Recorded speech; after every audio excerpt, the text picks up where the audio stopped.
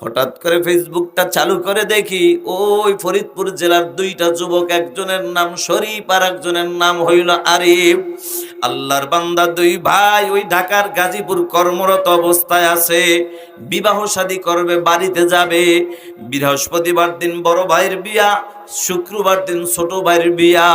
দুই ভাইয়ের জন্য কন্যা রেডি, মার্কেট রেডি, বিবাহের অনুষ্ঠানের বাজারও রেডি, গেটও রেডি। দুইটা ভাই একটা মোটর সাইকেল নিয়ে ওই গাজীপুর থেকে রওয়ানা। ওই ঢাকার যাত্রাবাড়ির পরে পদ্মা সেতুর গোড়া যাইয়া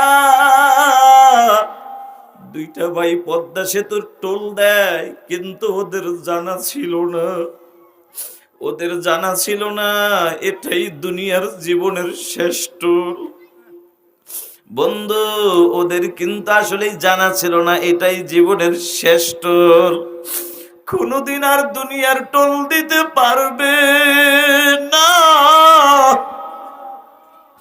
বন্ধু, মাদারীপুর শিবচর পাড়ি দিয়া এবার যখন ভাঙ্গার মোড় চলে গেল, ভাঙ্গার মোড়টা যখন ঘুরে ফরিদপুরের দিকে রওনা, যুবকের কিন্তু তখনও জানা নাই এই বাংলা দুনিয়ার জমিনের জীবনের শেষ মোড় ঘোরা। এই ভাঙ্গার জমিনে কোনোদিন আর আমি আসব না। ভাঙ্গার মোড়টা পাড়ি দিয়া দুই ভাই হুন্ডা চালায় আর স্বপ্নে দেখে বাসরঘর স্বপ্নে দেখতেছে বউর সাথে কত আনন্দ করবে, কিন্তু তাদের জানা নাই বাসর ঘর তো দূরের কথা, নিজের বাবার ঘর পর্যন্ত যাইতে পারবে না। বন্ধু, ফরিদপুর যখন সদরে বাড়ির কাছাকাছি চলে গেল, ঠিক এমন সময় মাটি ভর্তি একটা ট্রাক আইসা হুন্ডার পিছনে একটা বাড়ি মাইরা দুইটা বাইকে ওই গাড়ির চাক্কার তলে ফালাইয়া জায়গায় ব্রেক করে দিল। এর যুবক আল্লাহর গোলাম বলো, আরে তোমার আমারও তো জীবনে এমন একটা আশা আছে। ওদের তো আশা ছিল মরণের আগে তওবা কইরা কবরে যাবে। ওদের মনেও কিন্তু আশা ছিল দাড়িটা নিয়েই কবরে যাবে। ওদের মনে একটা আশা ছিল নামাজি হইয়াই কবরে যাবে। ও পর্দার আড়ালের মা, শয়তান তোমারে বারবার ধোঁকা দেয়। বোন রে, তোর এখন ইবাদতের সময় হয় নাই। বুড়া হইয়া ইবাদত করবি, ছেলে মেয়ে বিবাহ দিবি, শাশুড়ি হইয়া ইবাদত করবি। না রে মা, না না না, শয়তান যা বুঝায় তা সব সত্য না, সব মিথ্যা। বুড়া হওয়ার গ্যারান্টি কিন্তু নাই। বুড়া হওয়ার গ্যারান্টি যদি থাকতো, গত 2 বছর আগে চাঁদপুর জেলায় হাজীগঞ্জ থানায় আমার কঠিন করুণ একটা ঘটনা শোনার সম্মুখীন আমি হতাম না। 2টা মাহফিল ছিল। রাত 12টার সময় দ্বিতীয় মাহফিল শেষ করে রাত 12টার সময় যখন সভাপতি সাহেবের ঘরে খানা খাইতে বসলাম, ওই ঘরের মধ্যে যায় তাকায় দেখি ছোট ছোট 2টা মাসুম বাচ্চা। বন্ধু, একটার বয়স হবে 2 বছর আর একটার বয়স 3 বছর। 2টা বাচ্চা বাবার গলাটা জড়ায় ধরে কান্দে আর কয়, আব্বু আম্মুর কাছে যাব, আব্বু আম্মুর কাছে যাব। অনেকক্ষণ এই দৃশ্যটা দেখে আমার চোখে পানি চলে আসলো। আমি বললাম, ভাইজান, বাচ্চা 2টা মার কাছে দিলেই তো কান্না বন্ধ হয়ে যায়, কেন আপনি কষ্ট দেন? কথাটা বলার পরে তাকায় দেখি ওই বাচ্চার বাবার চোখে পানি।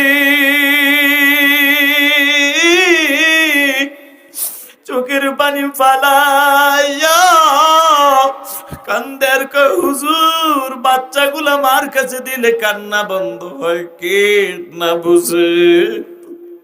হুজুর, বাচ্চাগুলা মার কাছে দিলে কান্না বন্ধ হয়, কে না বুঝে? আজকে এই বাচ্চার মার কাছে আমি কেমনে দিব? ওর মা তো আজকে অন্ধকার কবরে 1.5 মাস হয়ে গেল, অন্ধকার কবরে ঘুমায়। হুজুর, কেমনে মার কাছে দিব? ও পাবনা জেলার মুসলমান, কথাটা শুই না আমার দুই চোখ পানি চলে আসলো, দুই চোখের কিনারে পানি।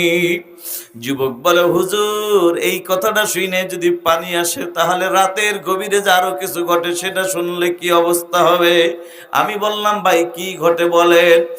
হুজুর বিশ্বাস করেন, এই দুইটা বাচ্চা আমার গলাটা জড়ায় ধইরা দুইজন দুই দিকে টানে আর কয়, আব্বু আমাদের আম্মুর মতো এত নিষ্ঠুর মা তো আর দেখি না। আমি বললাম, ভাই এই কথাটা কেন বললো? কয়, হুজুর এই বাচ্চা দুইটা কান্দের, কয় আব্বু আমাদের আম্মু আজকে আমাদেরকে রাইখা ১.৫ মাস হইল একা একা কোথায় যেন বেড়ায়। হুজুর আমার আম্মু কি হুজুর বাচ্চা দুইটা বলে, আব্বু আমার আম্মু কি বেড়াই আর আসবে না? আমাদের রাইখার কত বেড়া একা কি ভালো লাগে নাকি? দুনিয়ায় দেখেছি কোন মা সন্তান রাইখা একা বেড়াইতে যায় না। আমার মা কোথায় গেল একা বেড়াইতে জানি না। হুজুর তখন আমি আল্লাহকে বলি, আল্লাহ দুনিয়ার জমিনে কোন সন্তান রাইকা কোন যদি মা এবং বাবাকে নিতে চাও তাহলে তুমি আগে বাবাকে নিও, কোন মাকে তুমি নিও না, কোন মাকে তুমি নিও না। কারণ সন্তান হারানো ব্যথা, মা হারানো ব্যথা, এটা কোনোদিন বাবা সান্ত্বনা দিয়ে রাখতে পারে না। কথা ঠিক নেবে ঠিক।